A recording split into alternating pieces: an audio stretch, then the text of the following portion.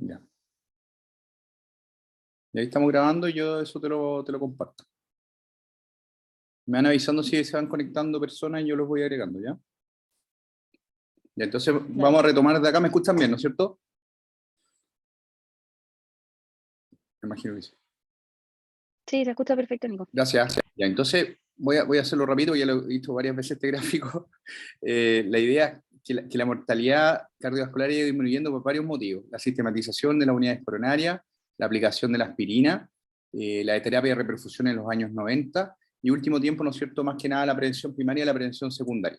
¿Qué nos ha llevado a eso? A que los diagnósticos de infarto o miocardio, recuerden, infarto es distinto a tener una angina inestable. Los infartos, si nosotros los vamos viendo por edades, ¿no es cierto?, por año, categorizada por año, han ido disminuyendo considerablemente. Estos son datos recientemente publicados del año 2020, y eso se debe a que han disminuido los infartos con supra del nivel del ST. ¿Ya? ¿Y por qué disminuye un infarto con supra del nivel del ST? Son por medidas preventivas de salud pública, aumentando y logrando, ¿no es cierto?, tener una muy buena prevención primaria, teniendo, ¿no es cierto?, atenciones precoces, y como vamos a ir viendo, aplicando algunos algoritmos. Solamente aplicando algunos algoritmos logramos disminuir, ¿no es cierto?, tanto la incidencia como la mortalidad en infarto agudo del miocardio. ¿Qué quiere decir eso? Es como tener, ¿no es cierto?, una bolita de cristal, que el paciente lo vamos a tener con angina o un diabético, y nosotros podemos estudiarlo antes, podemos nosotros hacer un diagnóstico precoz, antes que la placa se inestabilice y antes que la placa, ¿no es cierto?, ocluya por completo la arteria coronaria. En ese sentido, lo que nosotros buscamos es disminuir considerablemente los síndromes coronarios agudos. Y eso es prevención primaria. Como les digo, es un sacrificio que uno va haciendo año por año, y si nosotros hoy día nos ponemos las pilas, probablemente en 10 años más vamos a ver cómo hemos mejorado la tasa de incidencia.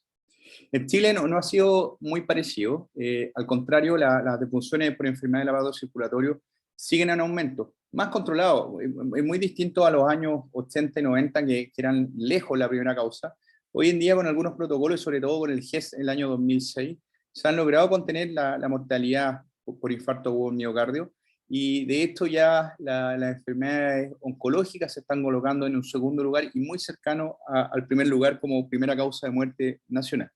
Acuérdense que siempre del aparato circulatorio nosotros incluimos los accidentes cerebrovasculares, que van muy de la mano con el infarto agudo al miocardio.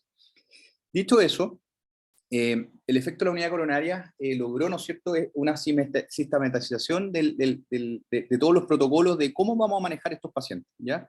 Yo me acuerdo un profesor mío de la beca, que en los años 80, años 70, le decían que los infartos se cuidaban con una muy buena enfermera y con reposo, ¿ya? Probablemente eso era que paciente, si sobrevivía por su propia cuenta, ¿no es cierto?, por factores intrínsecos a él, pero luego se fueron dando cuenta de que si nosotros podríamos hacer cosas por los pacientes, por ejemplo, netamente darle aspirina, darle beta-bloqueo, monitorizarlo, desfibrilarlo, disminuyó la mortalidad, como pueden ver en este gráfico, de un 30% a un 15% en la era de las unidades coronarias. Y ya cuando apareció la trombolisis, ¿no es cierto?, y la angioplastia primaria, disminuyó, ¿no es cierto?, la mortalidad por infarto agudo del miocardio a un 6.5, ¿ya?, que es una tasa bastante buena, ¿ya? Hoy día nosotros vamos a ver, como ustedes saben, el síndrome coronario agudo se divide en dos grandes grupos, ¿no es cierto?, los con elevación del segmento ST, que es lo que nos toca tocar hoy día como tema, y aquellos infartos que no tienen elevación del ST, que son las anginas inestables y los infartos sin supra, que eso lo van a tocar la próxima semana con Manuel. Hoy día vamos a hablar netamente del infarto agudo del miocardio con supra a nivel del ST. ¿Y por qué es tan importante? Porque nosotros sabemos que se tapa la arteria, o sea, hay una disminución completa del flujo coronario, por lo tanto hay una muerte, hay necrosis, hay una alta mortalidad en comparación, ¿no es cierto?, con aquellos pacientes que no tienen elevación de biomarcadores o que no tienen una oclusión completa de su arteria. Muy distinto, ¿no es cierto?, que te llegue un paciente con la arteria tapada a que tenga una arteria por taparse. Y eso, ¿cómo lo vamos viendo?, ¿no es cierto? Llega un paciente con dolor torácico, vemos, ¿no es cierto?, la clínica, el examen físico y el electrocardiograma, que para nosotros es lo que más nos ayuda. Ustedes ya han tenido las clases de electrocardiograma, así que no nos vamos a caer mucho en saber cuáles son los supra de nivel del ST, pero el aumento del nivel del ST demuestra, ¿no es cierto?, una oclusión de la arteria. Eso tienen que tenerlo súper claro, es que está tapada, a diferencia del infarto sin supra, ¿ya? Y muy a diferencia, ¿no es cierto?, de la angina inestable. Acuérdense que el diagnóstico de un infarto es la elevación de los biomarcadores. ¿Ya? Una angina inestable no tiene elevación de los biomarcadores, y eso siempre va a ser una pregunta de prueba. Entonces, por definición, es infarto con supranivel del LST, es un síndrome clínico, por supuesto, tiene un conjunto de síntomas y signos, definida por síntomas característicos de isquemia miocardia, quiere decir eso que hay una disminución del flujo y hay un daño de la célula cardíaca, en asociación con una elevación persistente del LST y liberación subsecuente de biomarcadores que demuestran, ¿no es cierto?, una necrosis miocárdica. Esta definición también se la van a pedir siempre, porque denota, ¿no es cierto?, una terapia, que la vamos a ver más adelante. Es muy distinto, ¿no es cierto?, tener un infarto sin supra con un infarto con supra, por lo que la terapia va a ser muy distinta. En ese sentido, nosotros sabemos que los infartos con supranivel del LST tienen una mayor letalidad, en comparación, ¿no es cierto?, con la angina inestable y con los infartos sin supranivel del LST. Y nosotros, ¿cómo sabemos esto? ¿Cómo llegamos a esta mayor letalidad? Porque tenemos varios inicios tardíos y hemos fracasado. Un paciente que llega con un infarto con supranivel del LST es un fracaso para lo que es la medicina, ¿no es cierto? Es un gasto, es traumático, es un costo social, es un costo familiar, es un costo, ¿no es cierto?, de recursos.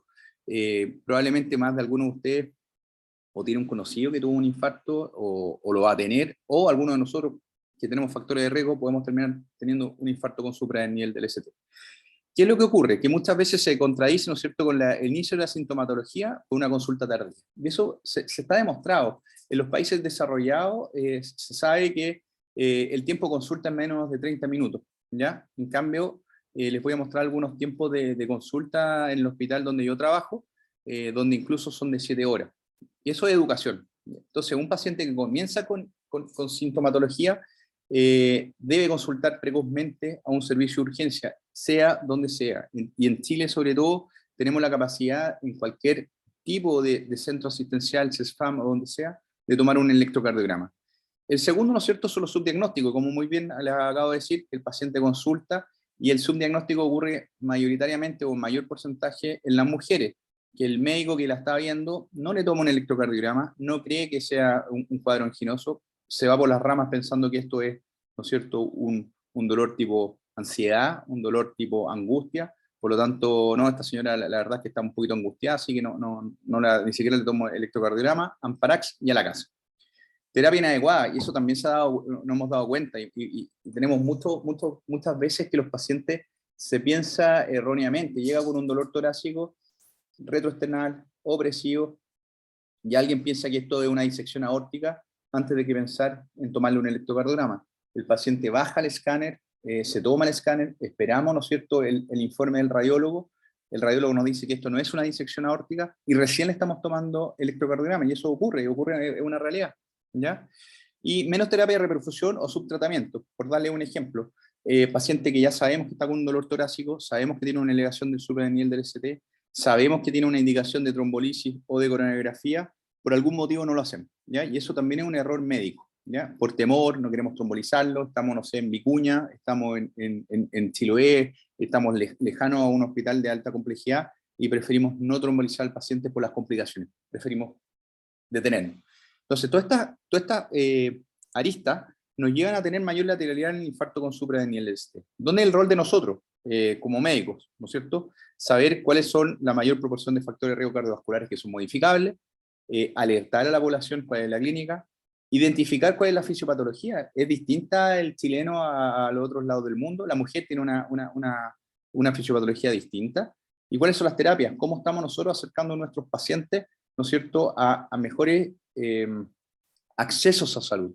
Es decir, el paciente no puede ser que consulte 2 o 3 veces, a la tercera vez lo mandan a un CESFAM, a la cuarta vez le toman un electro, y nosotros ya nos llega con el infarto pasado y no podemos hacer mucho. Por lo tanto, las terapias tenemos que, en cada punto, y yo les dije hoy día en la mañana, un poco independiente de donde ustedes estén situados, en el punto de vista de la medicina, ustedes están en cuarto, si van a salir después y van a ser traumatólogos o lo que sea, van a jugar algún rol en esta cadena de disminuir, ¿no es cierto?, la letalidad en infarto con supranivel del ST.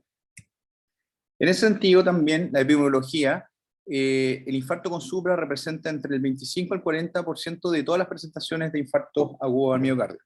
La mortalidad va a depender, obviamente, del país donde ustedes estén viviendo. En Chile, Los últimos estudios han demostrado que tenemos mortalidad intrahospitalaria menos del 10%, lo cual, aunque ustedes no crean, para Sudamérica es súper bueno, pero en comparación con países desarrollados no es tan buena. Y la mortalidad de año es muy llamativa, porque de repente nosotros hacemos muy bien la pega prehospitalaria, hacemos bien la pega hospitalaria, se le hace una angioplastía, se le tromboliza, pero al año estamos perdiendo lo que es el seguimiento, la rehabilitación, el completar la angioplastía, tener todos los medicamentos que son necesarios para la prevención secundaria, y ahí fallamos. Por lo tanto, volvemos a tener números de infartos como país subdesarrollado.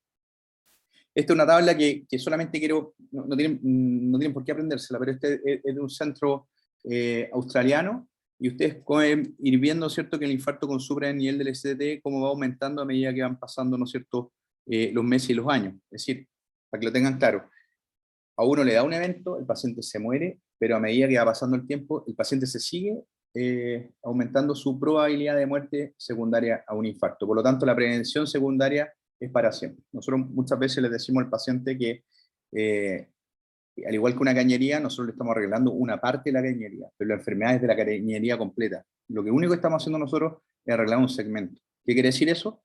Que el paciente tiene que seguir de por vía en atenciones con cardiología, en medicina interna, en consultorio, tomando sus medicamentos, tomando la aspirina, todo lo que es, ¿no es cierto?, necesario para la prevención secundaria.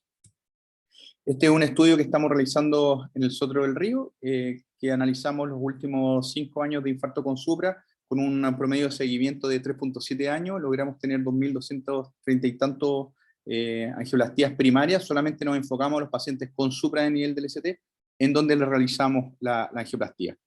Como pueden ver, ¿no es cierto?, el promedio de edad es de 62 años, más de la mitad es hipertenso, un tercio es diabético, la mayoría es dislipidémico, gran porcentaje de obesidad, mucho tabaquismo, infarto antiguo aún es bajo. ¿Qué quiere decir eso? Que hay un montón por hacer. Tenemos factores de riesgo no controlados, por lo tanto los pacientes te están llegando con hipertensos diabéticos mal controlados, con muy malos vasos. Por lo tanto, tenemos todavía niveles de incidencia de infarto con supranivel del ST en nuestra población, que este es el Servicio de Salud Metropolitano Suroriente, muy alto. ¿Ya? ¿Qué podemos hacer nosotros? Bueno, mejorar la prevención primaria. Segundo, índice de prioridad social, es decir, los pacientes que tienen peores accesos a salud probablemente tienen mayor incidencia de infarto agudo al miocardio y probablemente tengan mayor letalidad. Y esto es llamativo, y fue llamativo y tuvimos que discutirlo como grupo, tener un promedio desde que el paciente inicia los síntomas a que nosotros le abrimos la arteria de 7.4 horas es terrible. ¿Ya? Cualquier estudio que ustedes vean, generalmente los promedios son 45 minutos, 1 hora, ya un país que no es tan desarrollado, 1 hora y media. Pero nosotros tenemos 7 horas, y eso es motivo de estudio. Esto es una realidad. Yo no le estoy contando acá cómo puede ser, no le estoy mostrando la realidad de mi hospital. En todo cardiogénico, 6%, que es más o Nico, menos no, parecido. no sé si lo va a mencionar después, pero ¿cuál es el tiempo que dan las guías clínicas Se que uno da, debería hacer la hemodinamia en un contexto ideal? Obviamente que nosotros no tenemos los tiempos de los alemanes, pero es para que ellos sepan. sí, la idea siempre va a ser la hora y media. Ese siempre nosotros lo vamos a ver más adelante. Yo solamente les estoy mostrando cómo estamos, ¿ya? Más adelante les voy a mostrar cómo deberíamos estar y qué podemos hacer, ¿ya? Porque esto nuevamente es un deber de todo. 1 hora y media es la clave. Antes de 1 hora y media deberíamos tener al paciente con angiología, ¿ya? Desde iniciados los síntomas. Es súper importante ese tema porque el paciente, no sé, de clínica, no vamos a hacer un poco tampoco nada de cosas críticas sociales, pero probablemente el paciente de clínica, ¿no es cierto?, del sector oriente, con 20 minutos de dolor torácico, está en el servicio de urgencia de alguna clínica acá del sector oriente, y probablemente se activa hemodinamia y ante la hora y media ya tiene una angioplastía. Y esos datos también están publicados. En el sector público no es tan así, porque llega un CESFAM con dolor torácico, se le toma un electro, se le envía a un hospital, en ese hospital se le vuelve a tomar otro electro, y se vuelve a derivar a otro hospital donde tienen hemodinamia. Entonces, ese paseo por Santiago nos hace que tengamos 7 horas de demora, ¿ya? A diferencia, no digo como países desarrollados, pero siempre lo vamos a ver más adelante, tienen que tener claro que es la hora y media. La hora y media para nosotros es un número súper importante. Las tasas de letalidad de nosotros es de un 7.7 al mes. ¿Se acuerdan el gráfico anterior que yo les había mostrado que era alrededor de un 3 a un 4%? Bueno, tenemos casi el doble de mortalidad al mes. Al año tenemos un 11%. Hay una letalidad alejada de 3.5 años de seguimiento de 17%. Por lo tanto, rápidamente ustedes pueden ver que estamos intentando hacer bien la pega desde el punto de vista intrahospitalario, pero probablemente la prevención secundaria no la estamos haciendo de forma adecuada. Y la diferencia entre hombres y mujeres se mantiene. En nuestra casuística, igual, las mujeres se mueren, tienen letalidad mayor que los hombres. Como ustedes pueden ver, tanto al mes, al año y alejada, tienen la mortalidad casi el doble que los hombres, y eso también es impresentable, ¿ya? Del punto de vista de la fisiopatología, es la evolución de la placa aterosclerótica, ¿no es cierto? Que genera un evento coronario agudo, participa como eje fundamental el colesterol LDL oxidado. Y esto probablemente en tercero lo repetir hasta el cansancio, lo van a repetir en séptimo. El LDL oxidado, el colesterol malo que uno le dice a los pacientes, a diferencia del HDL, que es el colesterol bueno, son los que generan, ¿no es cierto?, mecanismos inflamatorios persistentes, ¿ya? Es lo que nosotros tenemos que combatir. El tabaco, todo eso generan inflamaciones persistentes, la diabetes, la hipertensión generan también lo mismo. Por lo tanto, tenemos que ir a enfocarnos a disminuir estos niveles de radicales libres, disminuir, ¿no es cierto?, el LDL, todo lo que sea posible. Y eso que va a llevar, ¿no es cierto?, lleva a la participación de elementos de la activación plaquetaria, procoagulación y vasoconstricción del vaso coronario. Esta probablemente ustedes la conocen, es como se genera, ¿no es cierto?, la célula espumosa a nivel del macrófago. ¿Qué es lo que ocurre? Hay una exposición de las células T, ¿no es cierto?, con el macrófago, que es lo que genera que se fagocita, ¿no es cierto?, el LDL oxidado y genera estados proinflamatorios que aumentan los mucopolisacáridos que generan una degradación de los colágenos, y eso va generando que la placa vaya creciendo. Por un lado, algunos lados se van calcificando, y por otros lados se va debilitando esta pared. Esto es una progresión. Nosotros cuando ya estamos en niveles ya de enfermedad coronaria, como muestran acá, ¿no es cierto?, ya cuando tenéis liberación de plaqueta y fibrina, el tratamiento ya estamos súper tarde, estamos 10 años tarde. Por lo tanto, la prevención primaria tiene que ocurrir mucho antes, probablemente ya desde los 30 años. No sacamos nada diciendo ya después de los 40 nos vamos a partir controlando, porque ya generamos algún daño. En la mujer es algo totalmente distinto, porque tenemos todavía el concepto de que los estrógenos son protectores, y una vez que llega la menopausia, parte toda esta cadena de inflamación. Y eso está demostrado con algunos estudios grandes, multicéntricos, pero probablemente es algo que tenemos que darle un poco de vuelta si es que nosotros estamos dándole una mala información a la mujer de que se tiene que partir controlando de forma más tardía, porque se protege. Esta me parece siempre súper bonita, esta imagen de una placa, me la robé por ahí. Acá mostramos, ¿no es cierto?, una placa de ateroma, y van a ir viendo cómo va progresando a medida que esto se va oxidando y va creciendo, ¿no es cierto?, nuestra célula espumosa a nivel con alto contenido de macrófago. Esto yo se lo muestro a los pacientes en la consulta, a los pacientes cuando llegan con infarto me dicen, bueno, ¿qué me pasó? ¿Porque me cuiden mal o no? Bueno, esto es lo que le pasó, caballero. A medida que van pasando los años, esta placa va creciendo, ¿ya? Y va creciendo sustancialmente hasta que disminuye el lumen. Probablemente a esta altura, la voy a parar acá, a esta altura el paciente a lo mejor ni siquiera tiene síntomas, pero ya progresando esto, a lo mejor el paciente está con síntomas iniciales de angina inestable, de angina de esfuerzo, de disnea de esfuerzo, pero hasta ahí es una placa estable. Por lo tanto, acá ya es un problema para la morbimortalidad, pero todavía no estamos en presencia de un infarto. ¿Qué es lo que ocurre después? Que esto va progresando, hay aumento de los mucopolisacáridos, y esta placa se parte volviendo cada vez más inestable. ¿Y qué ocurre con esta placa de inestabilidad? Se rompe, se genera una úlcera. Y como ustedes pueden ver al final de este video, la exposición, ¿no es cierto?, de todo este contenido de intracelular, de célula espumosa, genera una cascada de coagulación. ¿Y qué es lo que va a ocurrir? ¿No es cierto? Se expone este material, hay un montón de colágeno dando vuelta, hay un montón, ¿no es cierto?, de plaqueta, y genera la oclusión completa del vaso. Y esto es un infarto con supra.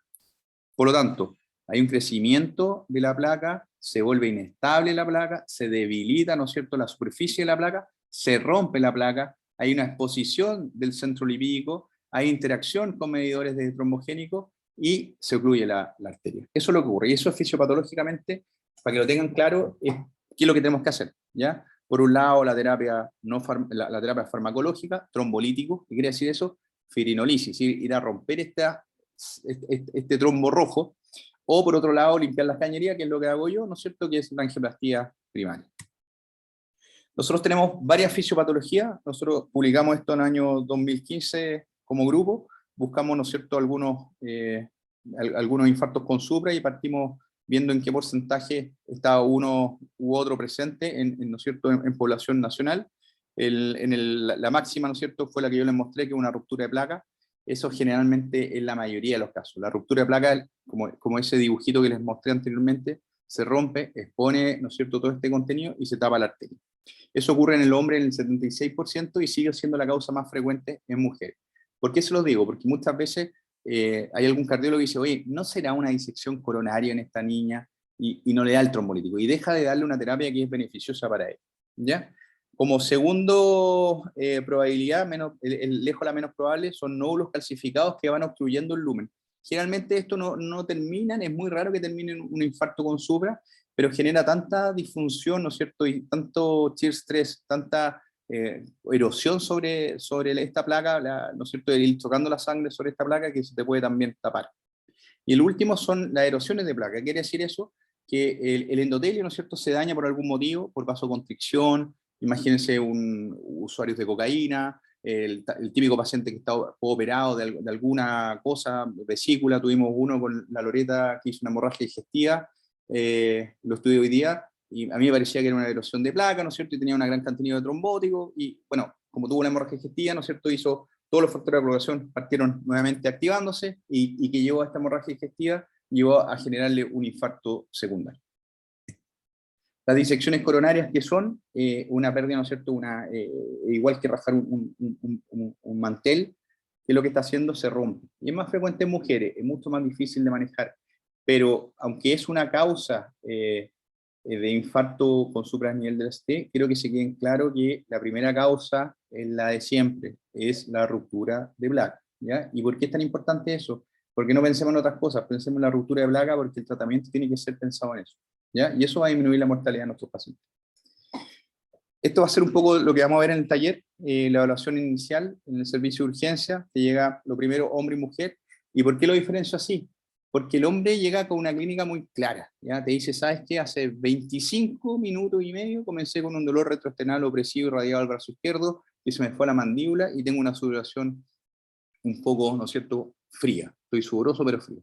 La mujer no es así, la mujer es distinta. La mujer te puede ser que, ¿sabes que estoy con fatigabilidad hace 2 días? Tengo un pequeño molestia, me falta el aire, ¿ya? Y ahí entonces siempre están pendiente que en la mujer es distinto. Tenemos que llegar a un poquitito más allá, que no se nos olvide que se mueren más, por lo tanto tenemos que ser un poco más juiciosos y a lo mejor hacer electro mucho de más. En el triage vamos viendo la hemodinamia, cómo está el ritmo, si el paciente que está en fibrilación auricular, si está con una taquicardia ventricular, una fibrilación ventricular, cuánto satura. Algunas veces, ¿no es cierto?, vamos a ver también que llegan en estos cardiogénicos desaturando, pensamos que un edema pulmonar agudo, lo manejamos como tal, insuficiencia cardíaca, pero termina siendo un supra de nivel del ST, y siempre tomar un electro. Por lo tanto, estos pacientes tenemos que al tiro monitorizarlo y siempre un equipo de fibrilación cercano. Cuando vean y pasen por las unidades coronarias, y siempre son unidades coronarias, son súper tranquilas, no pasa nada, hasta que pasa todo. En la urgencia lo mismo. Los pacientes te llegan, súper estables, te están conversando, y a los 5 minutos pueden estar haciendo una muerte súbita, pueden hacer una taquicardia ventricular o una fibrilación ventricular. Sí, siempre hay que estar, ¿no es cierto?, con el enemigo que está ahí intentando atacar. Importante los factores de riesgo cardiovasculares, la clínica también, si está como está, ¿no es cierto?, el examen físico, si hay algún soplo nuevo, un soplo que nos explica alguna complicación mecánica, y obviamente el electrocardiograma, que es nuestro mejor amigo siempre. Esto es súper choro, porque cuando nosotros nos hacemos un buen diagnóstico, y nos pasa también por lo menos una vez a la semana, que en el periodo siguiente a la oclusión coronaria es frecuente que los pacientes debuten con una fibrilación ventricular. Entonces este paciente está en su casa, parte con un dolor torácico, no quiere molestar a nadie, no le dice a su señora, no le dice a su marido, y parte con un dolor, y cae en una muerte súbita, y la primer ritmo que cae es fibrilación ventricular. ¿Y eso por qué es tan importante? Porque es una mortalidad extrahospitalaria que no se ha logrado disminuir en el tiempo. Sigue siendo uno de cada 3 pacientes, 30%.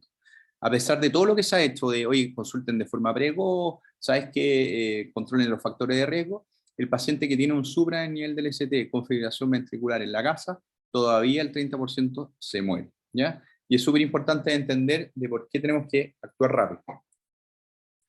Como en la angina en el síndrome coronario agudo, el dolor anginoso puede ser en reposo, puede ser una angina rápidamente progresiva, que quiere decir eso que hace 6 meses atrás, la verdad es que jugaba fútbol, andaba bastante bien, pero en los últimos minutos del partido ya no me sentía tan bien. O una niña que te diga, sabes que subía la escalera siempre, no sé, todo en mi trabajo, pero ahora llego a la mitad, llego muerta, y solamente me da disnea, o ahora me estaba dando un poquito, ha progresado. Es decir, la última semana cambiaron las características. También el debut de angina de esfuerzo, la disnea de esfuerzo es súper importante porque muchas veces traduce enfermedad multivaso, ¿ya? Angina por infarto o la bien conocida angina perimetral o vasospástica, quiere decir eso que se contrae tanto la arteria que nos da un supranivel de ST y da una clínica igual que un infarto, y ese el manejo es distinto, es un manejo, ¿no es cierto?, más bien de beta bloqueador y vasodilatador.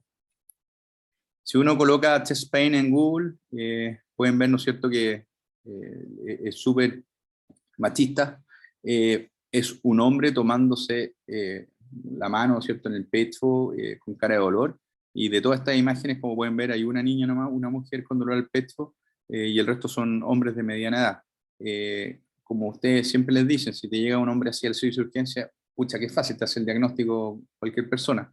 Pero lo difícil es cuando no te llegan de esa manera y tú no le tomaste un electrocardiograma. Eso ojalá que les quede súper claro, que uno tiene que ser siempre mal pensado. ¿Qué consideraciones tenemos que tener? Son los síntomas atípicos, prevalentes, en especial en pacientes de edad avanzada, mujeres y diabéticos. Existe un síndrome coronario agudo en pacientes asintomáticos, ocurre hartas veces. Síntomas atípicos como disnea, epigastralgia, fatigabilidad, alteraciones del sensorio, desmayo como síncope, edema pulmonar agudo, náuseas y vómitos. Y nuevamente la primera causa de paro extrahospitalario. Esta también una cosa que me gusta harto, me gusta hablar harto de infarto en mujeres, y hay varios papers que te dicen, bueno, semiológicamente, ¿no es cierto?, todos estudiamos del Goethe y te dicen que el dolor es un dolor retroesternal opresivo radial al brazo izquierdo que se va a la mandíbula. Pero si uno se va a la historia de la medicina, ese es un dolor muy característico de hombre. Y si uno ve la estadística de todos los pacientes que se infartan, probablemente el 70% sean hombres y el 30% sean mujeres. Por lo tanto, si agarramos a todo ese pool de pacientes, el hombre se lleva casi todas las características. Por lo tanto, nuevamente, pensar en las mujeres que tienen síntomas atípicos. En los años 50, los congresos de cardiología era cómo puedes salvar a tu marido de un infarto. Cuando se ocluye la descendencia anterior proximal, se llama widowmaker, es decir, como les digo, es súper machista el concepto de infarto. Las mujeres se mueren de cáncer, cáncer de mama, cervicuterino, y los hombres de infarto. Y eso no puede ser, ojalá que les quede súper claro ese concepto. La mujer versus hombre, y sobre todo en gente joven, ¿ya? Tienen más depresión, más ansiedad, más estrés en la casa, probablemente los que estamos casados sabemos que eso es así, más estrés laboral, ¿ya? Y está demostrado que la mujer es un determinante de salud, es decir, ser mujer es como tener mal acceso a salud, es como ser inmigrante, ser como, ¿no es cierto?, ser de clase social y súper baja. Y eso a cualquier nivel socioeconómico. La mujer ¿no es cierto?, se muere más por eso mismo. Pero ¿qué es lo más frecuente? Nuevamente, ingresa con dolor intenso, inicio brusco, persistente, acompañado de síntomas neurovegetativo. Eso es lo más frecuente y ustedes lo van a ver siempre. Y decía un profe mío que un par de veces le ha dolido el pecho y en el auto, ¿no es cierto?, con dolor al pecho, y él se miraba. ¿Y por qué se miraba? Porque uno de los síntomas neurovegetativos es como esa sensación de desmayo, esa sensación que, ¿sabes?, que estoy medio pálido, sudoroso y con cara de desmayo. Los síntomas neurovegetativos a nosotros nos importan mucho. Es muy distinto cuando nos mandan un electrocardiograma. Oye, mira, tiene un supra categórico. Llegamos a ver al paciente y está como, ¿no es cierto?, tendido. Te dicen, ¿sabes qué? Es poco probable que tenga la arteria tapada. Porque tener la arteria tapada es muy sintomático, y sobre todo con síntomas neurovegetativos. Es muy importante tocar al paciente, mirarlo, un buen examen físico.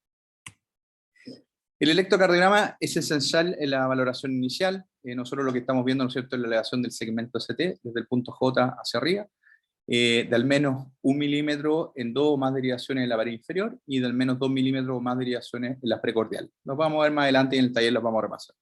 y la aparición de un nuevo bloqueo completo de rama izquierda, ¿no es cierto?, que serían con un esgarbosa positivo, que también lo vamos a revisar en el taller.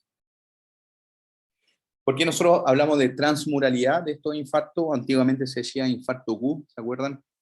Yo soy más viejo, así que yo me acuerdo cuando en tercero o cuarto medicina todavía se hablaba de infarto Q o infarto no Q, y ahí se partió cambiando un poco la nomenclatura, y era infarto con elevación del segmento CT y el otro infarto sin elevación del segmento CT.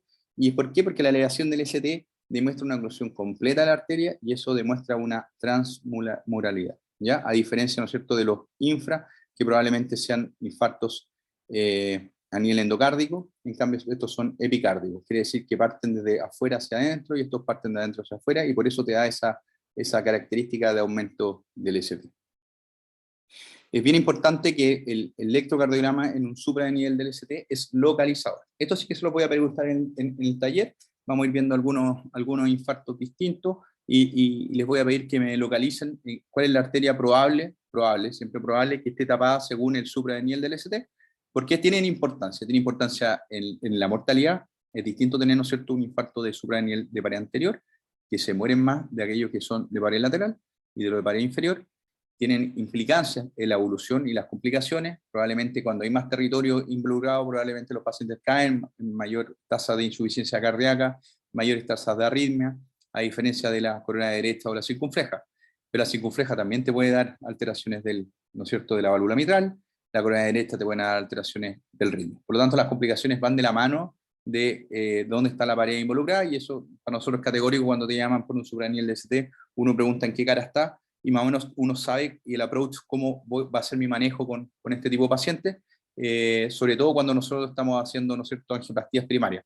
Ocurre lo mismo con la trombolisis. Uno sabe cuando son pacientes de la coronaria derecha son más locos desde el punto de vista del ritmo, y en cambio cuando son de la descendente anterior son más bien propensos al shock cardiogénico. Esto se los dejo solamente para ustedes que lo estudien, cuándo son las alteraciones de los supra de nivel del ST y en qué pared van. Yo no creo que tengan que aprendérselo muy de memoria estas cuestiones, pero siempre es interesante por lo menos saber en qué pared, si es anterior, inferior o lateral, ¿ya? Importante entonces, los primeros minutos o horas se genera una aleación del segmento ST, después de la hora hay una disminución del tamaño de la R y aparición de ondas Q, a las 24 horas hay un descenso del segmento ST e inversión de la onda T, lo que está demostrando, ¿no es cierto?, una isquemia subepicárdica, y a la semana ya hay ondas Q de necrosis y T negativa de isquemia. Al mes, si la versión es satisfactoria, se positiviza la onda T. Por lo tanto, siempre hablaba un profe mío de la importancia del tiempo con la aparición de las ondas T. Nosotros podemos tener un supranivel de DST, el paciente en mi cara, ¿no es cierto?, está con dolor, todo, y al rato le parte disminuyendo el dolor, y veo que las ondas T se negativizan. Eso quiere decir que son precoces, y eso quiere decir son de buen pronóstico, quiere decir que se abrió la arteria. Pero es distinto que después de 24 horas el paciente me llegue sin dolor y ya con esas T negativas. Y digo, ¿sabes que lo que se está constituyendo acá es un infarto ya permanente? Es probable que aunque nosotros le abramos la arteria, el beneficio no va a ser tal. Distintas maneras de evolución, ¿no es cierto? Las tepigúas clásicas, que es súper difícil, llegan, ¿no es cierto? Pero agarrar a un paciente justo que se está infartando y que parta con la tepigúa como en el A, y generalmente son mucho más pigúas, es súper bonito porque el diagnóstico es precoz, y probablemente dejamos a los pacientes sin ningún tipo de secuela. Después va evolucionando, ¿no es cierto?, con el aumento del ST y el punto J. Lo más característico probablemente sea cuando nosotros los vemos en C, y después ya se va negativizando y parten apareciendo la onda Q. Ya tenemos un QS, ¿no es cierto?, con una T negativa, y una Q permanente, ¿no es cierto?, ya con la T positiva. El F ya es cuando nosotros vemos que probablemente la apertura de la arteria no fue, o la reperfusión no fue hecha a tiempo. Casos para el taller, para que no le cuenten a nadie. Este va a ser un caso de pared anterior, ¿no es cierto? Y como pueden ver, ¿no es cierto?, el supra vienen de B1, está comenzando, en B2 se hace categórico, B3 el supra ya es categórico, y decía un profesor mío que parecía un potencial de acción. Es igual a un potencial de acción. Y como pueden ver, es un infarto extenso desde B2 a B5, ¿ya? Para inferior, por otro lado, esto fue uno de la semana pasada, y acá ya pueden ver viendo los tiempos de evolución. Ya tenemos una onda Q con un supra de nivel del ST. Así que ya sabemos probablemente que este paciente no está comenzando con el dolor ahora, sino que ya tiene sus buenas horas. que vamos viendo acá, cómo va cambiando, ¿no es cierto?, la onda T, y esto se llama síndrome de Pellens. ¿Qué quiere decir eso? Que se tapó la arteria y rápidamente se abrió, lo que quiere decir que hay probablemente la descendente anterior, porque pared anterior está comprometida por sobre el 95 o al 99%. Esto es igual que una urgencia, igual que un supradeniel del ST. Otras causas de elevación del segmento ST, variantes normales, sobre todo con la replicación precoz en gente joven, pericarditis, el diagnóstico diferencial típico, bloqueo de rama izquierda, que es como que quedarnos ciegos, no sabemos qué es lo que está pasando abajo, hipertrofia ventricular izquierda, los aneurismas ventriculares, muchas veces ya sabemos eso porque son antecedentes, el síndrome de Brugada, la hipercalemia, la hipotermia, patología del sistema nervioso central. Eso es súper choro porque en pacientes con hemorragia subaracnoidea no hemos hecho el diagnóstico con electrocardiogramas con una STEP IGUA y después que cambian a una infraniel, y eso por liberación de catecolamina.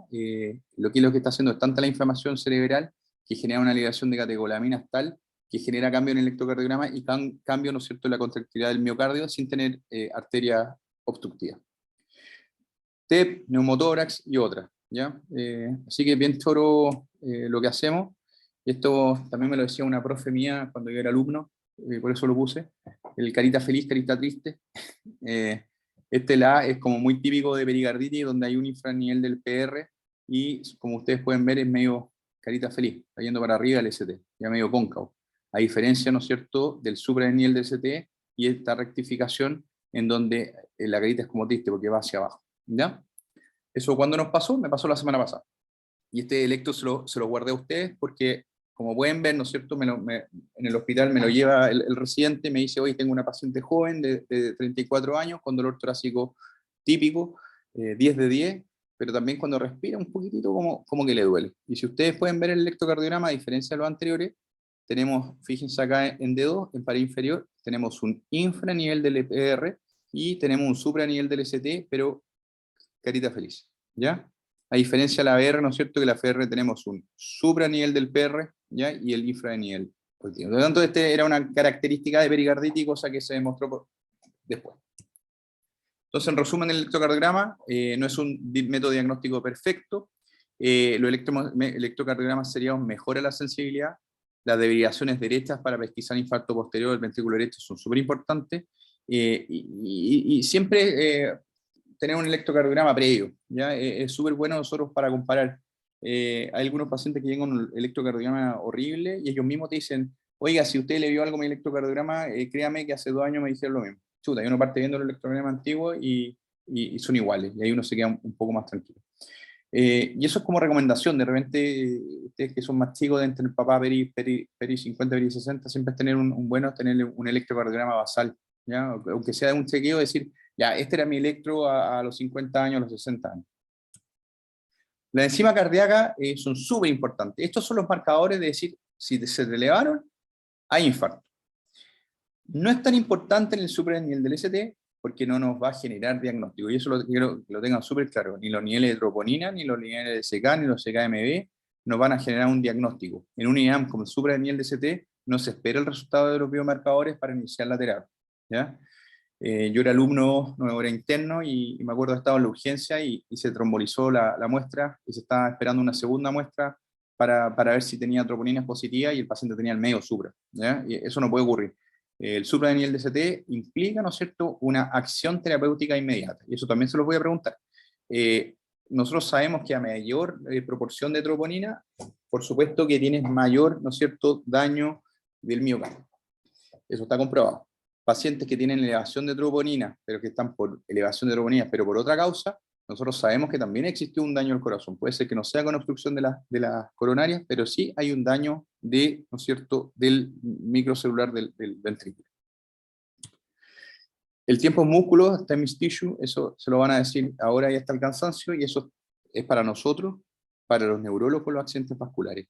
A medida que va pasando el tiempo, más el daño y más daño permanente. Y eso sabemos, ¿no es cierto?, que el pronóstico es peor. Como ustedes pueden ver, y les dije inicialmente, nosotros tenemos un promedio desde los inicios de síntomas hasta que nosotros lo tratamos como de 7 horas.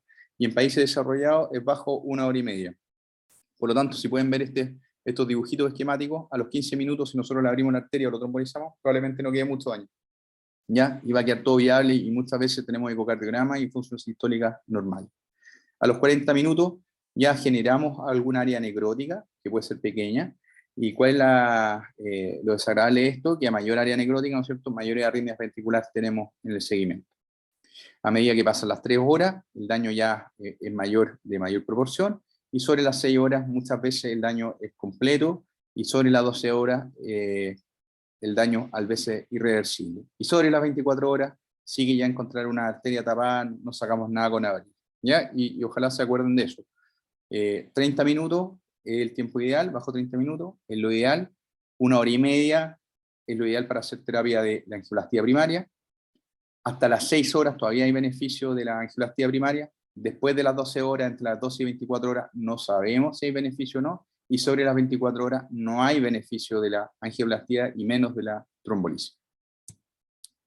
Y esto nosotros sabemos que a medida que nosotros actuamos de forma precoz, tenemos, ¿no es cierto?, la extensión y el salvataje de tejido miocárdico es mayor. Esto se la voy a dejar nomás acá como para que la lean, no tienen que aprenderse la memoria, pero meterse bien en la cabeza que a medida que nosotros van pasando más tiempo de los síntomas, de iniciar los síntomas, mayor es el daño, y mayor el daño es mayor la mortalidad. Lo mismo ocurre, ¿no es cierto?, con cuánto nos demoramos después. Estos países desarrollados, imagínense que acá se fueron aumentando el tiempo bajo 90 minutos, 90 minutos, acuérdense, 1 hora y media, pero la mortalidad siguió siendo la misma. Pero diferente de nosotros. Nosotros tenemos 7 horas. Ellos hicieron, bueno, ¿qué pasa si nosotros somos súper categóricos, somos súper cuadrados de bajar el tiempo de bajo 90 minutos? Y estos fueron también categorizados por año, y a pesar que fueron bajando los tiempos, fueron aumentando el porcentaje de pacientes que atendían menos de 90 minutos, la mortalidad se mantuvo bastante parecida, ¿ya? ¿Y eso por qué? Porque probablemente ya en los 90 minutos ya tenemos una terapia bastante adecuada, cosa que nosotros tenemos que acercarnos a ellos. ¿Qué es lo que tenemos que dar a un paciente que tenemos supra, ¿no es cierto? Aspirina, nosotros sabemos que algunos estudios es sobre 160 en adelante, generalmente damos 325, 500 miligramos a mascar, y eso también es importante. El paciente está con náuseas, quiere vomitar, se siente súper mal, y ustedes tienen que darle la aspirina y que la mastique, ¿ya? Eso es pregunta de prueba.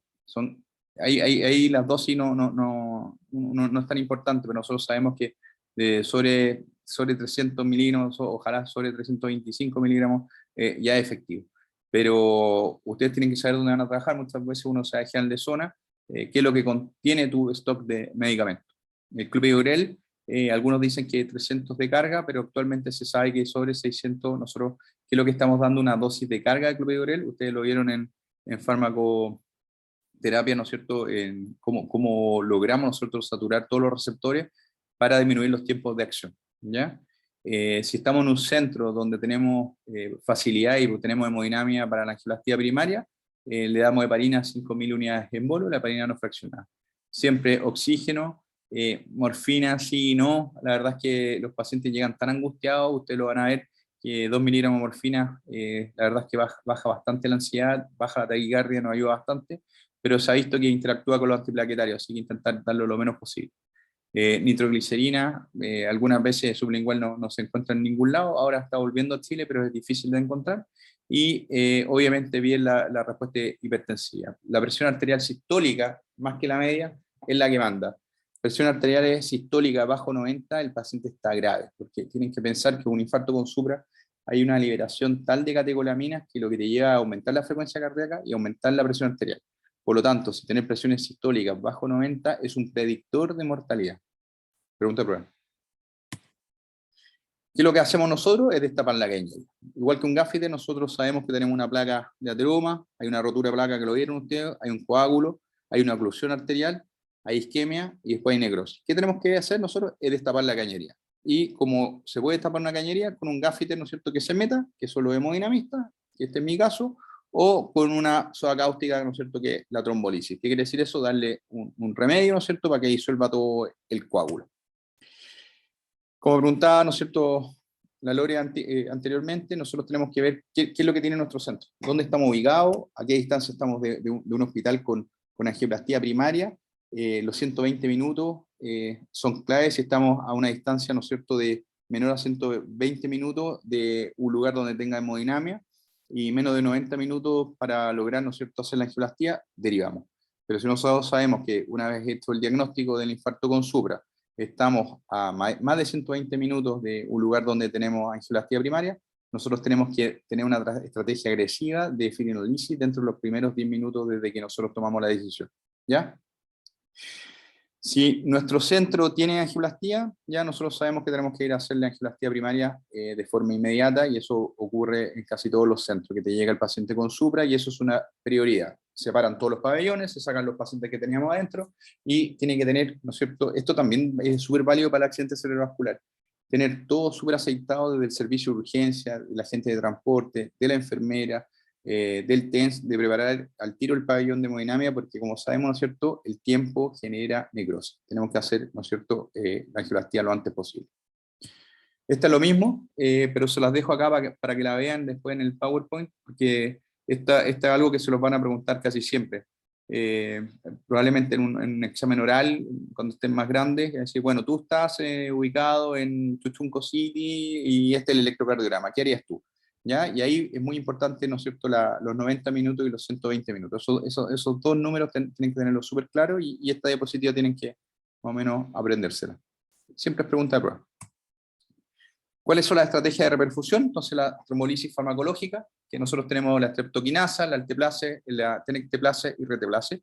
El año 2006, el GES aprobó la streptokinasa, pero nosotros sabemos que los que tienen mejores efectos son los otros, ¿ya? Pero también por tema de costo. Y muchas veces uno ve como las guías te dicen el medicamento A, en Chile uno dice, bueno, dejamos el primo, el B, pero además de ser el primo, nosotros teníamos una streptokinasa que venía de algún país, ¿no es cierto?, que no sabíamos si era totalmente efectivo. Hoy día también ha progresado tanto el país que ahora tenemos trombolíticos bastante buenos, con mucho más eficacia, ¿ya? La angioplastia percutánea puede ser primaria, quiere decir que llega el paciente con el infarto, nosotros le abrimos la arteria. De rescate, quiere decir eso que el paciente se hizo una trombolisis, no fue efectiva, llega a hemodinamia, nosotros le abrimos la arteria. O estrategia fármaco-invasiva, que ha tenido como esto bien pendular. Por ejemplo, pacientes que ustedes están bien alejados sobre los 120 minutos de traslado, le colocan, ¿no es cierto?, el trombolítico y lo dirían a hemodinamia, ¿ya? Y por último, que es lo menos, la cirugía de reperfusión miocárdica. Nosotros tenemos derivación menos del 2%, que muchas veces son infartos con supras, pero con arteria, con enfermedad tres vasos, el tronco ocluido, pero no desde el punto de vista trombótico, sino que son lesiones crónicas, lesiones que han progresado en el tiempo, porque muchas veces cuando el paciente está con la arteria completamente tapada, nosotros se la abrimos. Algunas veces que fracasamos con la apertura, que son las menos, derivamos a la cirugía de reducción miocárdica. Pero eso lo tienen que tener súper claro, de que hoy en día, y sobre todo en Chile y en el mundo, lo que se hace es la angioplastia percutánea. Y gracias al GES tenemos la posibilidad de, en cualquier CESFAM en Chile, cualquier, ¿no es cierto?, SAPU, uno puede hacer una trombolisis farmacológica. ¿Ya? Así que se pueden ir de vacaciones tranquilos. ¿Qué ocurrió en España? Se juntaron 3 meses todos los centros españoles que tenían angioplastia primaria y dijeron, bueno, veamos en 3 meses qué ocurre con la activación del código de infarto.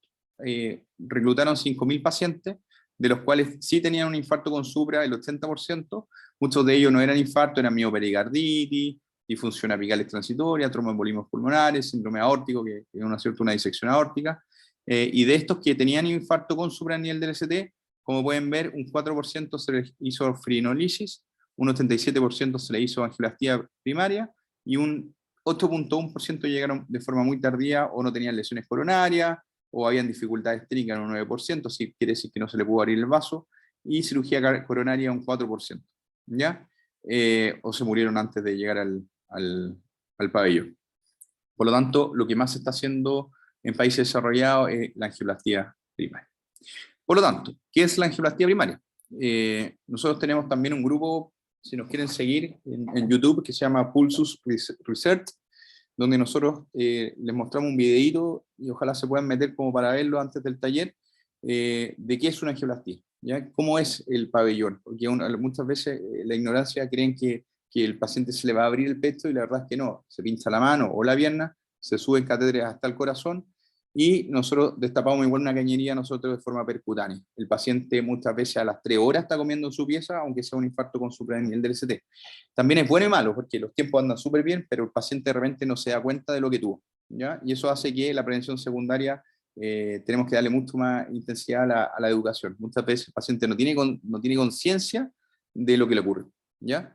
Este es el método de reperfusión de elección, posible y el éxito sobre el 85%, en el caso del hospital de nosotros tenemos un éxito del 94%, se puede aspirar material trombótico y se usan stents coronarios, ¿no es cierto?, para permeabilizar la arteria coronaria. Requieren siempre doble antiagregación de aspirina y clopidogrel, ¿ya? En otros lados del mundo tienen prasugrel, en Chile como que iba a llegar pero no llegó, y tuvimos harta moda de dejar ticagrelor a hartos pacientes o a casi todos, por el estudio Plato que se fue publicado como en el 2010, pero hemos vuelto un poco más atrás y nuevamente estamos dejando clopidogrel a todos, ¿ya? Y se usa además terapia antitrombótica con heparina. ¿Qué es una angioplastía? Y acá se los quiero mostrar, y lo más importante es mantener, como dice este cuadrito, ¿no es cierto?, mantener la calma, y siempre seguridad. Una angioplastía coronaria es como se muestra acá, nosotros entramos con unas guías coronarias, pasamos el trombo, dilatamos con unos baloncitos, y colocamos estas mallas, ¿no es cierto?, de nidinol, muchas veces cromo cobalto, que son los stents. ¿Qué es lo que hacen? Es que permeabilizan. Como ustedes pueden ver, es prácticamente ser un gaffiter. Entrar, abrir, colocar unas mallas, ¿no es cierto?, y que esto se mantenga en el futuro y restablecer el flujo coronario. Eso es una angioplastia. Acá les muestro un caso. En la primera imagen se puede ver, ¿no es cierto?, que esta es la arteria circunfleja, y hacia arriba va la arteria descendente anterior. Y ¿por qué es tan importante anatomía en primero? Es porque ahora nuevamente tenemos que volver a meternos en nuestra cabeza que acá debería haber una arteria completa, que se llama la descendente anterior, la arteria principal del corazón. Entonces correlacionamos nuevamente la clínica. Este paciente con una oclusión de la descendente anterior llega muy sintomático. Vemos el electro, ¿no es cierto?, nos ayuda a localizar la arteria. Imagínense que también hubiera tenido tapada la arteria derecha. Nosotros decimos, bueno, el infarto es pared anterior, por lo tanto la que está tapada de forma aguda es la descendente anterior.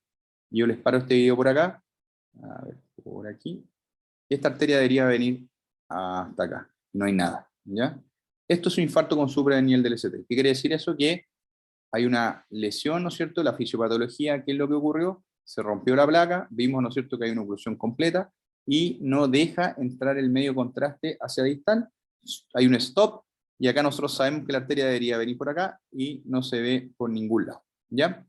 Este es el ventrículo izquierdo, probablemente este es un infarto que ya tiene más horas. Como pueden ver, este paciente tiene, este es el ventrículo izquierdo, esta es la pared anterior, esta es la pared inferior, ¿ya? Y lo que vemos es que toda la pared anterior no se mueve, por lo tanto es un infarto con suprarrenal del ST extenso, porque es una DA proximal, en donde toda la pared anterior no se mueve, por lo tanto la tasa de mortalidad de este paciente intrahospitalario al mes alejado es altísimo.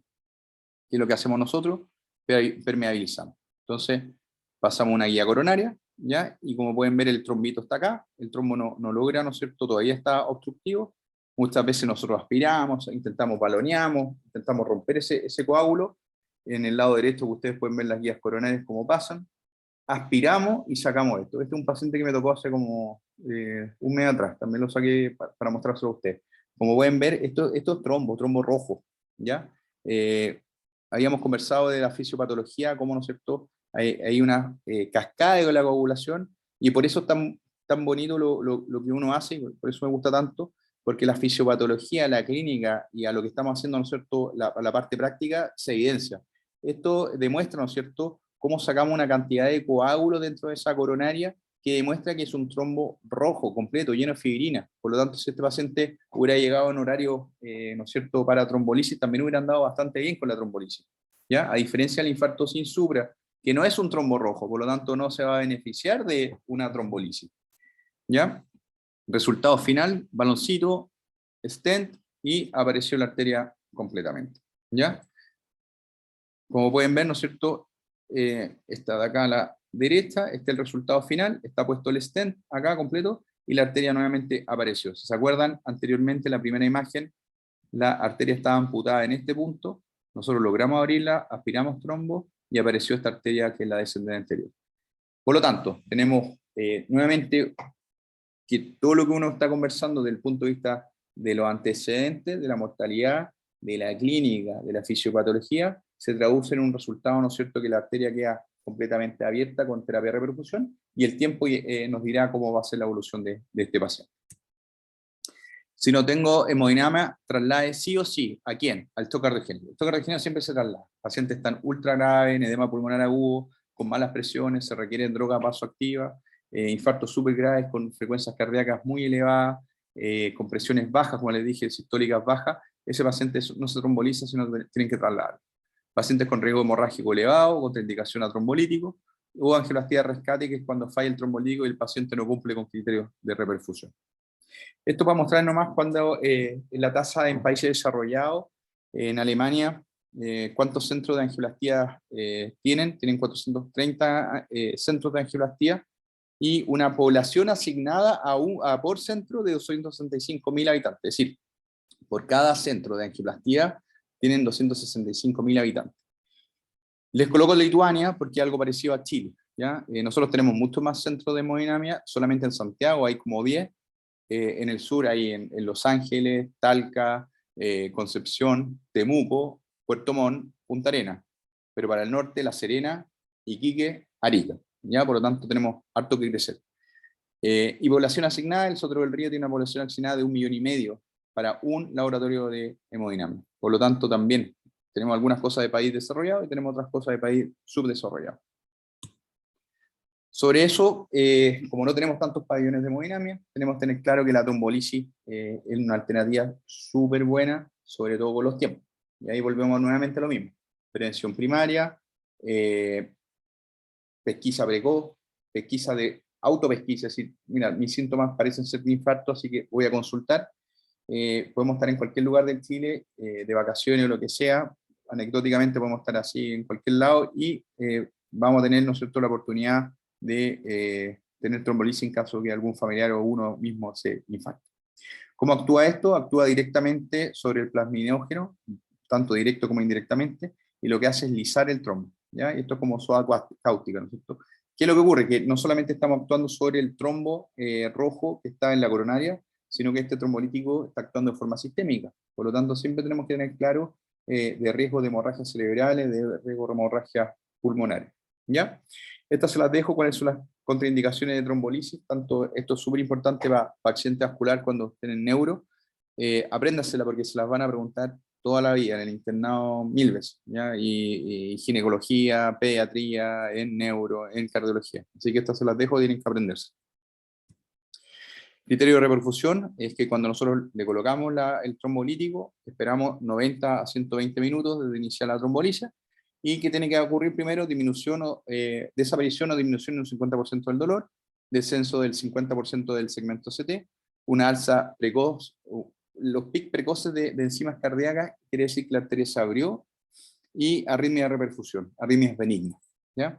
Esos 4 puntos, si los tenemos, y algunos de ellos los tenemos, nosotros creemos que hay un criterio de reperfusión, que quiere decir eso, que se abrió la arteria.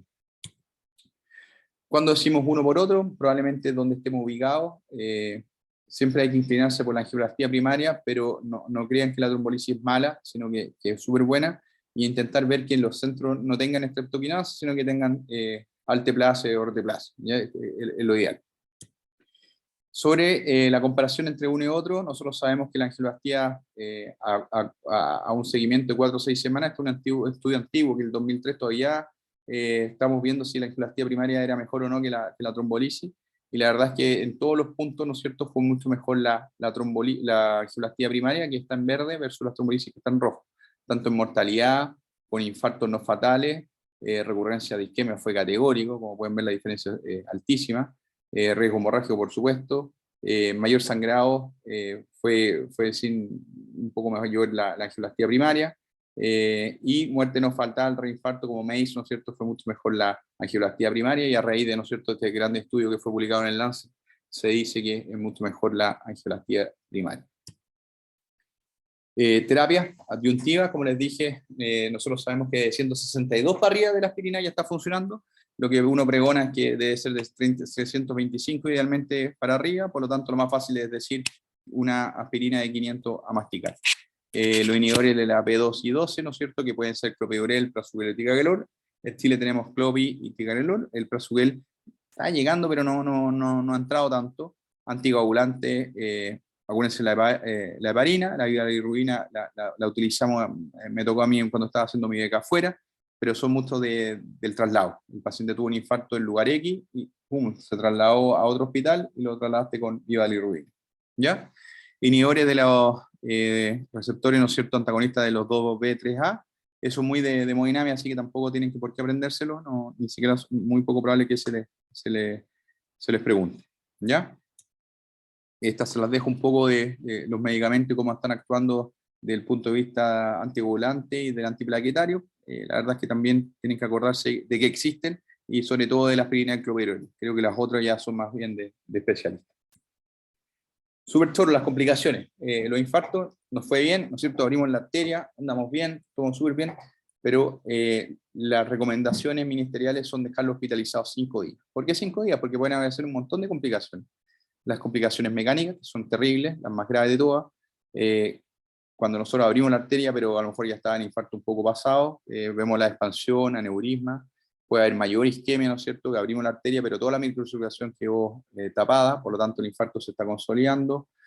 Arritmias, ya sobre todo por cicatrices, que algunas arritmias son de forma precoz, arritmias inmediatas, y otras arritmias que son después de los 90 días, por lo tanto esas son de mayor riesgo. Pericarditis, inflamación, ¿no es cierto?, del pericardio por infarto, y eso sobre todo son el infarto extenso, infarto del ventrículo derecho, sobre todo cuando está comprometida, ¿no es cierto?, la corona derecha, y el trombo mural, que es lo que vemos nosotros con ecografía y después el seguimiento. Las complicaciones mecánicas son 3 y también se las van a preguntar siempre. Ruptura de pared libre, ruptura del centro interventricular, ruptura del músculo papilar. Estas, cuando yo era alumno, ya no se veían, era muy raro porque había llegado la época de la reperfusión, tanto, ¿no es cierto?, farmacológica como la angioplastia, que son la ruptura de pared libre, ¿no es cierto?, este es anatomía patológica, como ven el ventrículo izquierdo está acá, el ventrículo izquierdo es este otro, y hay una ruptura, ¿no es cierto?, del ventrículo, se abre. La mortalidad es casi inmediata, es muy poco probable, ver pacientes, la sospecha tiene que ser altísima y la cirugía tiene que ser precoz, por lo tanto, muchas veces estas son las causas de muerte en la casa. ¿Cuándo se da? Cuando la extensión del infarto es grande y sobre todo por la descendente anterior, ya cuando uno te pega el infarto y no tienes muchas colaterales, por lo tanto muchas veces son en pacientes jóvenes, ¿ya? Y también una gran causa de muerte extrahospitalaria, por eso se mantiene el 30%. La ruptura del septum ventricular, ¿qué quiere decir esto? Este es el ventrículo izquierdo, muchas veces cuando son apicales, ¿no es cierto?, por la descendente anterior, y cuando son basales, si a nivel del septum basal son por la corona derecha, y que lo que hace es que se rompe el septum interventricular y queda una comunicación entre el ventrículo izquierdo y el ventrículo derecho, luego que también da una mortalidad altísima. Estas complicaciones, como yo les contaba, eran anecdóticas, cuando yo hacía la beca también era súper rara de ver, y si llegaba uno, terminamos siempre una reunión clínica, pero lamentablemente con el COVID la gente dejó de consultar, dejaba de ir al doctor, y vimos un montón de complicaciones que no habíamos visto solamente en el libro, ¿ya? Y por eso mismo les muestro este caso. Este es un caso que me tocó a mí con el doctor Sader, el doctor Fullerton. Como pueden ver acá en esta ecocardiograma, el paciente, yo le abro la arteria y a los 10 minutos me dicen, oye, ¿sabes que el paciente sigue con dolor? Oye, gritó de dolor y ahora tiene un derrame pericárdico. Le hacemos el ecocardiograma y vemos una fuga. El ventrículo izquierdo debería terminar acá, ¿ya? Y todo lo que está haciendo, está saliendo flujo a través de la pared libre. Por lo tanto, activamos hemodinamia. El doctor Fullerton del Hospital Sotero del Río nos muestra acá, ¿no es cierto?, esta agujero, y es súper importante que, como es el ventrículo izquierdo, ¿no es cierto?, son distintas mallas que van entrelazadas, no es que vayamos a ver un hoyito, ¿no es cierto?, donde hay que colocarle un tapón, sino esto es como una carne, ¿no es cierto?, que está dando transmuralidad, está pasando a través de la fibra. Por lo tanto, lo que tiene que hacer el cirujano es desprender toda esta parte que está muerta y que está filtrando y unir la parte que es sana. Por lo tanto, es una cirugía ultra compleja y lamentablemente la estaban haciendo bastante más en el último tiempo, producto y secundario al COVID, de los pacientes que no estaban consultando a tiempo. Este otro paciente que también, muy buen ojo, la gente de la urgencia, nos dice, sabes que tengo un infarto de 3 días de evolución, pero tiene un soplo brutal, un soplo, ¿no es cierto?, sistólico, no me queda muy claro, si también puede ser sistodiastólico. Bueno, lo llamo el pabellón de hemodinamia, y lo que están viendo acá, donde está este catéter que se llama Pictel, está apoyado sobre el ventrículo izquierdo, este es el ventrículo izquierdo, y lo que estamos viendo es que está pasando, ¿no es cierto?, medio contraste desde el ventrículo izquierdo al ventrículo derecho, en toda esta parte. Y esto es una complicación gravísima. Acá lo vimos en otra proyección, donde está la ruptura, y se ve la ruptura acá, llenando, ¿no es cierto?, lo que es ventrículo derecho y aurícula derecha. Esta es una urgencia, el paciente termina en cirugía cardíaca. La tercera complicación mecánica son la ruptura músculo-papilar, lo que da una insuficiencia mitral masiva. Como decía un querido profesor mío, se mueren al siguiente sístole. Son la verdad que unas complicaciones bien graves. Las precomplicaciones mecánicas son desde las primeras 24 horas hasta la primera semana. La incidencia ha disminuido con las terapias de reperfusión, pero tuvimos un nuevo pic. Tenemos que ver nuevamente nuestra incidencia post-pandemia. Aparición de un soplo nuevo e inestabilidad, da un dolor agudo, elevación persistente del ST. Muchas veces son secundarias que no hubo terapias de reperfusión. Y el diagnóstico es a través de la clínica, sospecha, examen físico y ecocardiograma. Luego, las complicaciones de arritmia son súper frecuentes y precoces. La que son las causas del paro prehospitalario, como les dije anteriormente, es un 30% y que no se ha logrado disminuir a pesar de todo el modernismo. Se estima una incidencia del 6%, el tratamiento de la desfibrilación y los medicamentos de abuso de elección son la amiodarona y la lidocaína intrahospitalaria. Como pueden ver, este es un paciente que teníamos nosotros en hemodinamia, estaba con presiones prácticamente planas y estaba, ¿no es cierto?, en esta fibrilación ventricular, más bien parecía, ¿no es cierto?, una torsión de punta. ¿Qué es lo que tenemos que descargar acá? Tenemos que abrir la arteria, tenemos que permeabilizar la arteria y desfibrilar. Eso es lo principal. Mucho riesgo de muerte súbita a largo plazo, ¿ya? Acuérdense de eso también. Las arritmias supraventriculares, este es un trabajo que hicimos con el doctor Corbalán hace unos años atrás, que aumenta la mortalidad, es decir, tener una fibrilación auricular en contexto de un infarto, quiere decir que hay mayor estímulo simpático, mayor sobrecarga de presión del auricular, probablemente también hay un infarto a nivel de la aurícula, hay hipoxia o secundario a pericarditis. La más frecuente es la fibrilación auricular, que fluctúa entre un 6 y el 22%.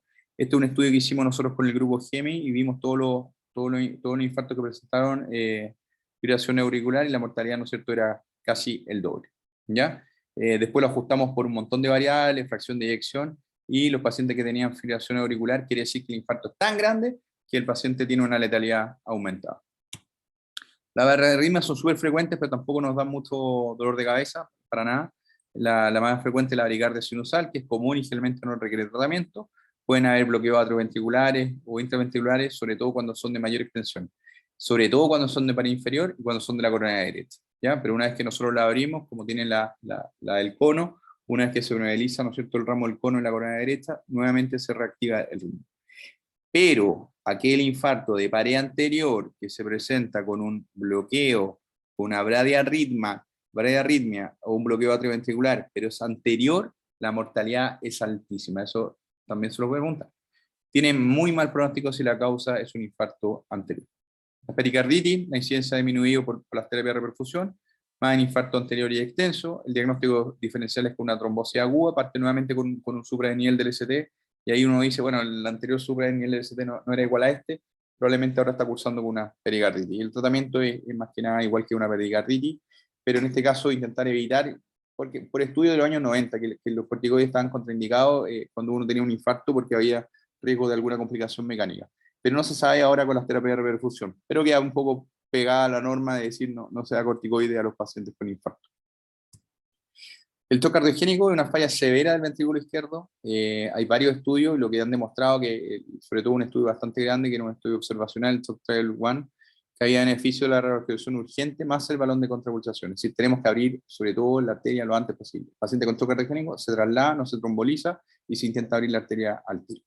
Después salió el Shock Trial 2, donde se vio que no había beneficio del balón de contrapulsación, siempre buscar la insuficiencia mitral isquémica, se asocia a enfermedad multivaso o complicaciones del infarto, más del 25% de la masa miocárdica está comprometida, por lo tanto los pacientes terminan en una insuficiencia cardíaca, la letalidad es altísima, entre un 40 y un 60%, nuestro centro es alrededor del 60%, se tiene que evaluar en un heart team, me faltó la A, y hoy en día se está pregonando que este heart team tiene que llegar a pacientes con asistencias ventriculares de forma precoz. No solamente los medicamentos, sino también nos falta un paso más que asistir ese ventrículo. Estas son las tasas de nosotros. Como pueden ver, la mortalidad en rojo de los pacientes en shock cardiogénico es categóricamente mucho más alta de los pacientes que no tienen shock cardiogénico. ¿Ya? Los pacientes que tienen shock cardiogénico, la letalidad es bastante buena. Por lo tanto, ¿dónde tiene que ir nuestro foco de salud pública? E ir a ver qué nos está pasando con los pacientes con shock cardiogénico, cómo los podemos hacer asistencia ventricular. El KILIP también es pregunta de prueba. El KILIP 1, 2, 3, 4. Una vez me dijeron en el servicio de urgencia el paciente tenía un KILIP 6, pero estaba escrito en romano, así que no sé qué era más vergonzoso, si no sabía leer romano o no sabía que no existía el KILIP 6. Así que esto siempre tienen que acordarse. ¿Qué quiere decir eso del KILIP 1, KILIP 2, KILIP 3 y KILIP 4? Esto es para infarto con supernivel del ST. El KILIP 4 es un infarto endocardiogénico y la mortalidad es del 90%, a priori. ¿Ya? Acuérdense de eso siempre y esto sí se les va a preguntar siempre. El infarto del ventrículo derecho, complicaciones de 1/3 de los infartos inferiores, puede dar un shock grave de difícil manejo, se asocia a oclusión de la arteria coronaria derecha proximal. ¿Y cuál es la triada? Hipotensión, no hay congestión pulmonar, pulmones limpios, ingurgitación yugular. Hay un supradesnivel del ST en B1 y B4R, quiere decir eso que nos damos cuenta, ¿no es cierto? Tenemos B1, B2, B3, B4, ahora para otro lado, B1, B2, B3, B4. Ya hacia el lado derecho tenemos un supra ahí. No da nitrato ni diurético porque disminuye la precarga y eso generalmente mata al paciente. Aportar volumen de forma juiciosa. ¿Ya? El ventrículo derecho es distinto anatómicamente al ventrículo izquierdo y al darle más agua hay una perfusión permanente, lo que genera, ¿no es cierto?, que mejore la funcionalidad del Starling y del ventrículo derecho. Mejora en el transcurso de los días post-infarto. ¿Ya? Eso la verdad es que andan bastante bien. El manejo al alta es otro punto clave que nosotros tenemos que dar el índice, hacemos todo súper bien, nos encanta ir al hospital, me encanta estar en el pabellón de hemodinamia, pero una vez que ya le saco los catéteres, como que uno se olvida del paciente. Y para eso está el rol del médico tratante, el rol del médico que sigue al paciente, del hemodinamista y de la enfermera. El rol de enfermería en educación es súper importante y los grandes centros tienen seguimiento con tres personajes claves del seguimiento post-infarto. El médico tratante, la enfermera y el kinesiólogo. ¿Por qué? Porque tenemos que ir viendo que haya, ¿no es cierto?, una buena adherencia en los tratamientos con la doble integración plaquetaria, aspirina, clopidogrel, le ponemos DAPT, atorvastatina. Acuérdense que no solamente baja el colesterol, sino también tiene un efecto pleiotrópico sobre la placa de colesterol. Siempre ir triturando las dosis máximas posibles de beta-bloqueo, ARA2 o IECA. Y lo que estamos haciendo ahora es mandar a los pacientes a rehabilitación cardiovascular precoz. Y esta era siempre una clásica pregunta: el paciente tuvo un infarto, lo das de alta y dice, bueno, ¿y cuándo puedo volver a hacer deporte? ¿Cuándo yo corría, jugaba fútbol, yo era súper sedentario y ahora quiero partir andando en bicicleta? La verdad es que nosotros los mandamos a una rehabilitación cardiovascular precoz, prácticamente a la semana. Si el infarto no es muy extenso y no ha tenido arritmias ventriculares importantes, los mandamos precozmente a una rehabilitación. Eso es una kinesióloga dedicada a patología cardiovascular. El paciente está monitorizado, acuérdense que todavía tiene riesgo de arritmia, y los metemos, ¿cierto?, a una rehabilitación que quiere decir trotadora, recuperar músculo, bicicleta, ¿ya? Importante los controles periódicos, la alimentación, volver a los pacientes no ser tan talibanes. Muchas veces los pacientes se dan cuenta de que tuvieron un infarto los primeros 3 meses y a los 6 meses casi todos se olvidan, por lo tanto tenemos que llevar a un cambio social de mentalidad de la familia. No es tanto el paciente, sino tiene un cambio familiar. Y a los 3 meses evaluamos la función ventricular, porque hasta a los 3 meses nosotros esperamos que con todas las terapias médicas que estamos dando, ¿no es cierto?, de antiagregación, de beta-bloqueo, ARA2 y ECA, disminuir los tamaños de infarto, pero si siguen siendo bajos 30% a los 3 meses, tiene una indicación de un desfibrilador automático implantado. Las dosis de antiagregación, actualmente eso también somos subpendulares. Antes decían que en infartos con supranivel o signos coronarios agudos, que en la parte de abajo tenemos la diferencia típica de la guía europea, en aquellos pacientes que no tienen alto riesgo de hemorragia. Algunos decían, bueno, dejémoslo de por vida, ¿ya? Pero hoy en día, indicación 1, dejarlo 12 meses, ¿ya? Dejarlo prolongado, no hay mucha evidencia, es más bien 2B, y lo que hacemos en la práctica clínica habitual es que los pacientes que no tienen riesgo hemorrágico dejamos por 1 año la doble antiagregación, suspendiendo ciertos clopidogrel y manteniendo la aspirina de por vida. Y los pacientes que tienen alto riesgo de hemorragia, hay algunos que son más modernos, incluso podemos dejarlos 6 meses, ¿ya? Y si no fueran infarto, incluso los dejamos menos tiempo. Entonces volvemos a nuestra diapositiva central, cómo disminuimos esta letalidad en infarto con supranivel del ST. Nuevamente, tenemos que, recapitulamos, reconocer la sintomatología, no retrasar la consulta, no generar un subdiagnóstico, darles terapia adecuada y, ¿no es cierto?, mejorar las terapias de reperfusión. ¿Y cómo podemos hacer eso, no es cierto? Evaluar los factores de riesgo cardiovasculares, identificar clínicas que no son las más típicas, un dolor típico, les dije, lo diagnostica cualquiera, ver si hay algún tipo de fisiopatología distinta, y sabemos que las mujeres, a pesar que hay mayor incidencia de otros tipos de factores como fisiopatológicos de oclusión de la arteria, sigue siendo la ruptura de placa la más frecuente. Por lo tanto, no retrasemos la terapia y demos los medicamentos adecuados para mejorar la prevención secundaria. Aquí podemos algunos mensajes para la casa, y con eso ya vamos terminando. Que el infarto con supranivel del ST es una emergencia médica, requiere sospecha clínica, un tratamiento de reperfusión precoz. La angioplastía primaria se prefiere por sobre la trombolisis en caso de disponibilidad. La doble antiagregación más estatina son fundamentales y las complicaciones son graves, comprometen la vida del paciente. Muchas gracias. Medio largo. Sí. Gracias, Nico, te pasaste. Muchas Ahí gracias. te enteras. Última Ya. pregunta, Bien. solo para aclarar. ¿De qué se mueren los pacientes de infarto antes de llegar al servicio? Arritmias, son arritmias ventriculares, ¿ya? Las arritmias ventriculares, a medida que el paciente va pasando las horas, que está en la oficina o ya manejando, comienza con esta arritmia ventricular y no hay nadie que lo atienda. En países modernos, ¿qué es lo que están haciendo? Es dejar DEAs y desfibrilador automático implantable con todos estos pasos que hasta un Lego lo puede hacer, que te van diciendo, coloque los electrodos, aléjese del paciente y te identifica la arritmia. Ellos saben que en lugares, estadios de fútbol, metro, acá en Chile no sé si han visto, pero hay bastante, pero yo creo que hay poca cultura, ¿ya? A mí me tocó vivir en Milán y la verdad es que cada 2 cuadras había un desfibrilador en las calles, y la idea es que si tú ves que un paciente cae ahí muerto, colocarle esta cuestión y lo desfibrilarlo y trasladarlo. Esa es la única manera que probablemente vamos a lograr disminuir la incidencia de esta mortalidad extrahospitalaria, que sigue siendo el 30% hasta ahora. Gracias, te pasaste. Muchas gracias. Gracias, Loreta, y gracias a los que participaron. Se pueden ir a dormir. Dejo de grabar. Súper. Oye, entonces yo te comparto